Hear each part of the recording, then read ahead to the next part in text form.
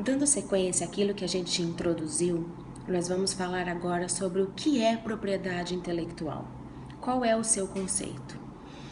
E nas minhas pesquisas, para melhor conceituar, denominar a propriedade intelectual, industrial para vocês, inevitavelmente com uma triste notícia que nós tivemos nesse final de semana, a área está muito consternada, a área está muito entristecida e com certeza mais pobre, porque nós perdemos um fenômeno, o doutor, professor, meu querido professor Denis Borges Barbosa. Então, para iniciar esse congresso, essa conversa com vocês, eu vou definir conforme o doutor Denis Borges Barbosa.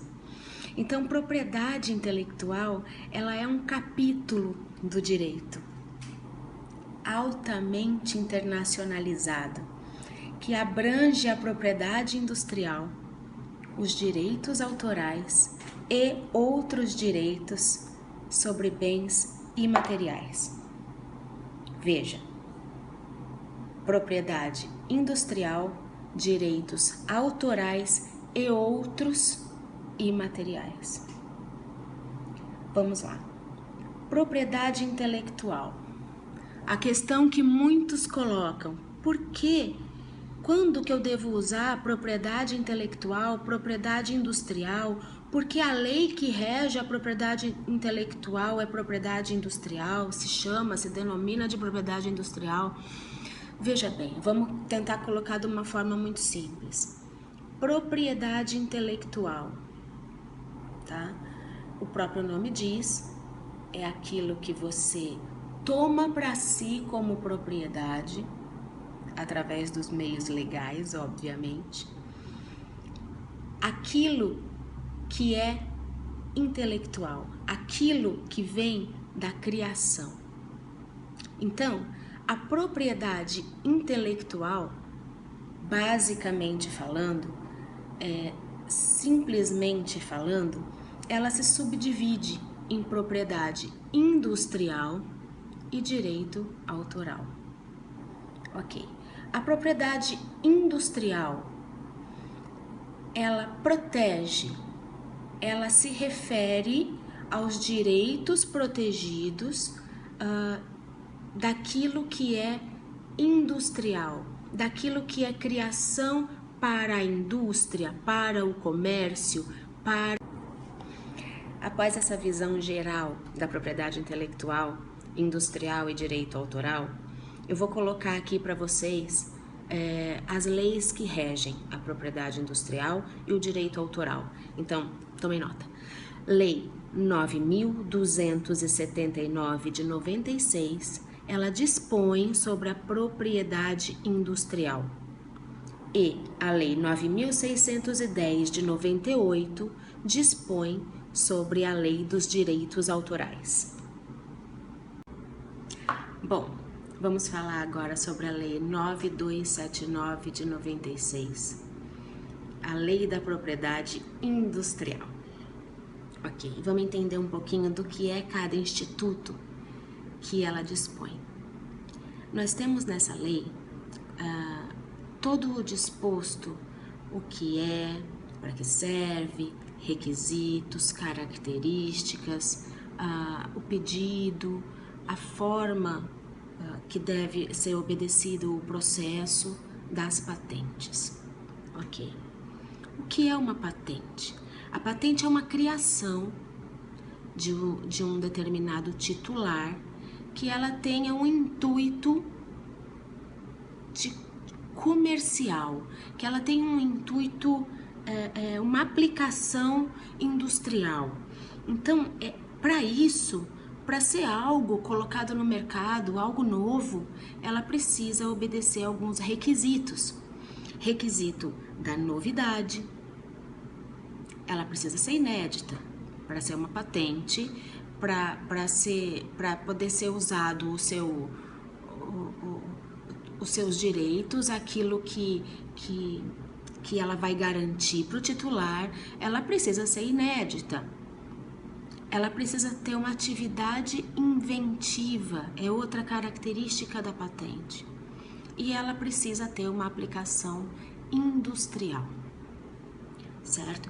Isso nós estamos falando da patente de invenção, daquilo que nunca ninguém colocou no papel, pelo menos. Às vezes as pessoas podem até ter inventado, podem até ter pensado naquilo, mas nunca foi colocado no papel, nunca foi disposto, viabilizado um meio daquilo que seja utilizável, daquela novidade, daquela ideia, daquela aplicação que vai melhorar a vida da sociedade de alguma forma. Então, muita gente tem muita ideia, mas aquilo não está concatenado, aquilo não está organizado, não está disposto de forma que garanta direitos. É para isso que o nosso querido INPI está aí, para garantir esses direitos das patentes, das marcas, dos desenhos industriais. Tem uma frase muito interessante que é muito utilizada, que fala assim: mais vale uma invenção patenteada do que uma ideia voando. E é bem isso mesmo, porque ideias voando existem inúmeras, né, milhares, mas uma invenção, nem que... Bem, ainda falando sobre as patentes, nós vamos passar agora para o modelo de utilidade. O que é o modelo de utilidade? É uma forma, é ainda um braço da patente que protege, que garante direitos a toda criação que não necessariamente é inédita. Veja, é uma criação que coloca no mercado uma melhoria, um novo funcionamento daquilo que já foi criado. Então, diferente da patente de invenção, nós temos um modelo de utilidade, que é um avanço, uma melhoria daquela primeira patente. Assim, ele não necessariamente tem que ser inédito, mas ele tem que demonstrar sim no processo, nos seus requisitos, no seu memorial descritivo, toda aquela inovação. A inovação tem que ser inédita. A inovação daquela patente que já existe, daquilo que já foi criado, aquele diferencial, aí sim, esse tem que ser inédito, tá? Então, é uma nova forma da invenção, mas, como eu já disse, não necessariamente inédita. Um exemplo muito prático são os utensílios de cozinha. São, como eu falei, na patente de invenção, no caso do parafuso, o parafuso novo que vai modificar, criou um paradigma, né? O parafuso foi um paradigma no funcionamento da roda do carro. Então, uma melhoria nesse parafuso é um modelo de utilidade. Ele não é considerado uma patente de invenção, mas um modelo de utilidade. O modelo de utilidade, ele vai seguir as mesmas regras, quase tudo é da mesma forma que a patente de invenção, tá? Ele vai mudar o nome, ele muda a vigência do modelo de utilidade, ele é de 15 anos a partir da data que a gente deposita o pedido. São 15 anos para ir pro titular, pro criador, usufruir desse seu modelo de utilidade, licenciar, ganhar dinheiro com isso, etc. e tal. Então, qual que é a proteção garantida a partir do momento que você obtém a concessão de uma carta patente, de um modelo de utilidade? Ela vai garantir que você impeça terceiros de usar, gozar, usufruir, comercializar o objeto da sua patente. Então, esse é o seu direito. E como nós sabemos, a infração à patente alheia existe aos montes, e por isso que as brigas estão cada vez mais acirradas nessa área, tá? Importante dizer aqui também, apesar de não ser a proposta da gente colocar mais uma conversa mais conceitual, inicial do que é, etc e tal, é importante colocar aquilo que não é patenteável, tá?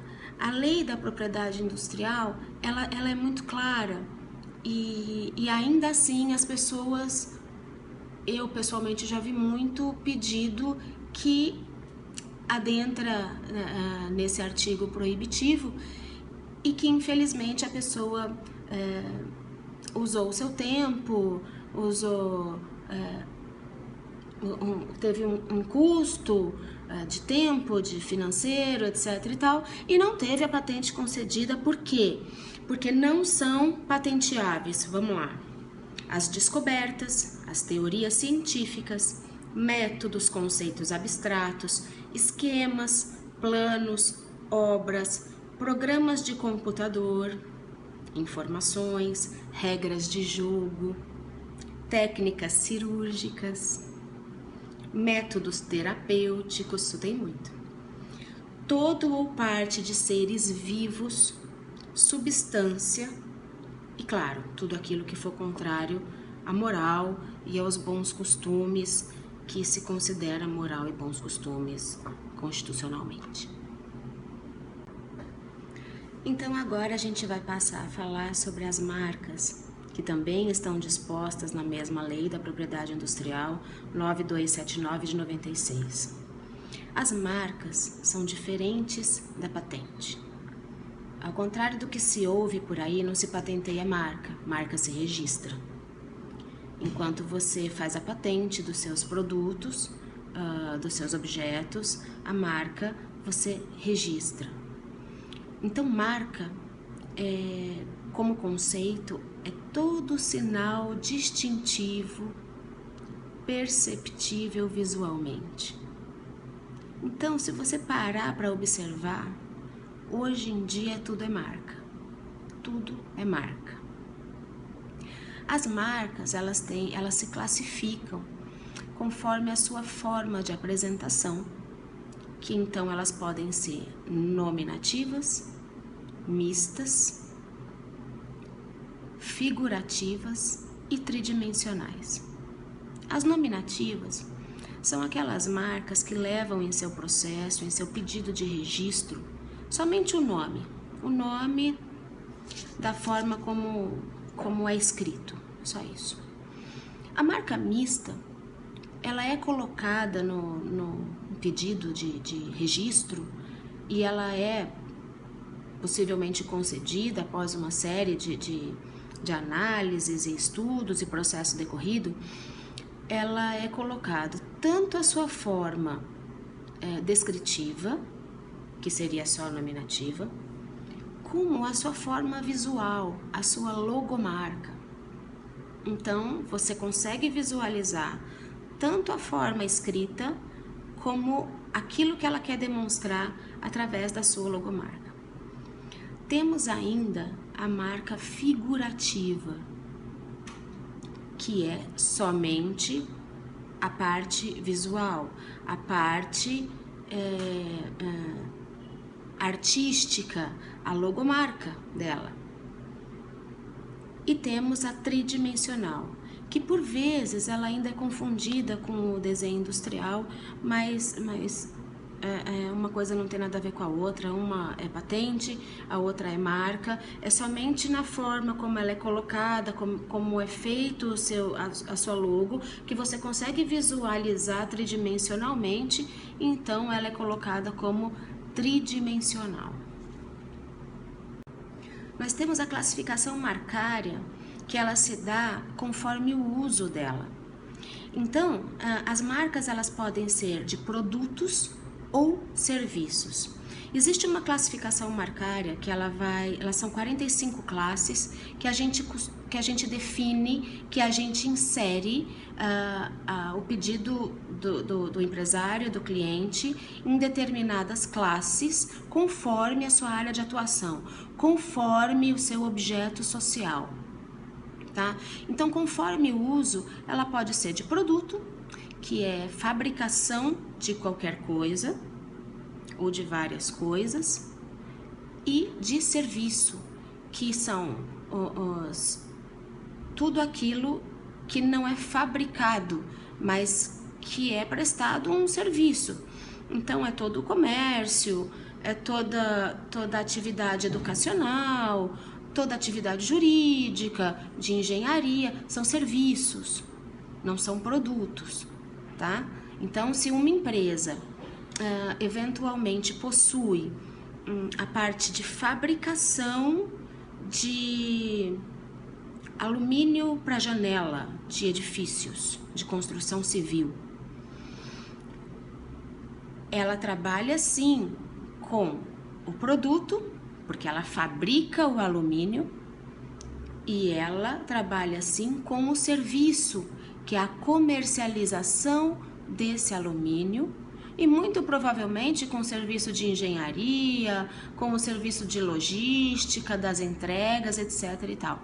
Então, dentro do objeto social da empresa, daquilo que a gente consegue perceber que é a atuação da empresa, a gente vai classificar essa marca e vai inserir na classe adequada para que ela possa ter proteção contra terceiros dessa marca nessa área de atuação. Ainda com relação ao uso ou à função da marca, a marca pode ter uma identificação de origem. Isso significa o quê? Que o seu uso está diretamente relacionado ao local que ela vem. Geralmente onde os produtos ou os serviços são oferecidos. Essa é a marca que tem a função de identificar a origem. Ainda temos a marca de uso coletivo, que são marcas onde as empresas elas conseguem uma licença para o seu uso, que normalmente ela é solicitada por uma entidade. Nós temos também as marcas de certificação, que são aqueles conhecidos selos de certificação, do café, das associações, isso é uma marca de certificação. E temos aquelas sonhadas, as almejadas, que alcançaram um status assim de poucos, que são as marcas de alto renome. As marcas de alto renome são aquelas que possuem a proteção em todas as classes. Nas 45 classes que eu falei anteriormente, elas possuem essa proteção, independente de ter processo ou pedido nas 45 classes. Elas alcançaram um status junto ao público inconfundível. Então, existem marcas no mercado, que eu aqui, por questões óbvias, não posso citar, mas que você, inteligente, sabe do que eu tô falando, são marcas que você não precisa dizer o que é. Falou o nome da marca, a gente sabe o que é. E muitas delas, não todas, elas alcançaram esse status de marcas de alto renome. Então elas têm uma proteção total, ampla, abrangente nas 45 classes de produtos e serviços das marcas. Ainda sobre as patentes, nós precisamos falar aqui um pouquinho, dar uma visão geral de uma outra forma de concessão de patentes, que são os desenhos industriais. Os desenhos industriais são aquelas criações colocadas em formas plásticas, que dão, através das suas linhas, cores, uma nova aplicação ao produto. Então, os desenhos industriais, eles são inéditos, sim, mas eles têm essa característica da forma dele ser plástica. E essa nova aplicação, com suas linhas, com seu design, bom, o nome já fala, né? Desenho industrial. Ele é colocado no mercado como uma novidade patenteável. E é muito utilizado no ramo da moda, no têxtil.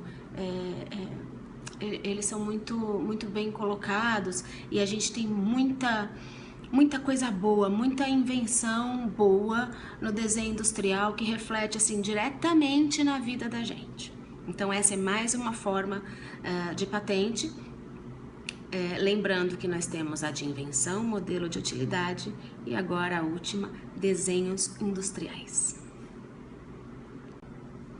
Os requisitos do desenho industrial assemelham-se aos da patente de invenção e são os seguintes: ele precisa ser novo, ele tem que ter uma novidade inventiva, ele precisa ser original e ele tem obrigatoriamente que ser aplicável industrialmente. Então ele tem que servir de tipo de fabricação industrial. Então esses são os requisitos do desenho industrial. E uma vez concedido o desenho industrial ao seu titular, ele tem um prazo de vigência para que esse mesmo titular use da melhor forma o seu produto pelo prazo de 10 anos. Então, enquanto a patente de invenção são 20 anos, modelo de utilidade são 15 anos, o desenho industrial ele tem uma vigência de 10 anos. Bom, nós falamos um pouquinho sobre a propriedade intelectual, que se subdivide em propriedade industrial e direito autoral. Falamos na propriedade industrial sobre as patentes, os modelos de utilidade e os desenhos industriais e as marcas. Falamos que uma lei rege a propriedade intelectual industrial e a outra rege direitos autorais. Os direitos autorais possuem leis específicas. E eu quero deixar muito claro aqui para nós que dentro desse nosso rápido bate-papo existem ainda muitas nuances, existem muitas questões acerca do assunto, do tema, que não foram possíveis ser colocadas aqui porque não era proposta esse tipo de abordagem. Mas cada instituto possui as suas peculiaridades, os seus procedimentos, os crimes que cometem as pessoas que infringem esses institutos. É realmente uma matéria que eu sou muito suspeita, mas é apaixonante. Eu quero colocar também que as questões inerentes à PI, a propriedade intelectual e a propriedade industrial e as marcas, elas são todas tratadas no INPI, que é o Instituto Nacional da Propriedade Industrial, e os direitos autorais, eles são todos tratados junto à Biblioteca Nacional. Então, ele não é à toa que ele possui uma lei própria, ele também é tratado de uma forma bem específica em outro local. Gente, eu agradeço a atenção de todos, o interesse de todos. Mais uma vez eu agradeço o convite. Me coloco à disposição de qualquer um de vocês para sanar qualquer tipo de dúvida, para bater papo, para trocar ideia. Eu estou realmente aberta e eu me coloco à disposição de vocês através do meu e-mail fabiola@peline.com.br. Muito obrigada.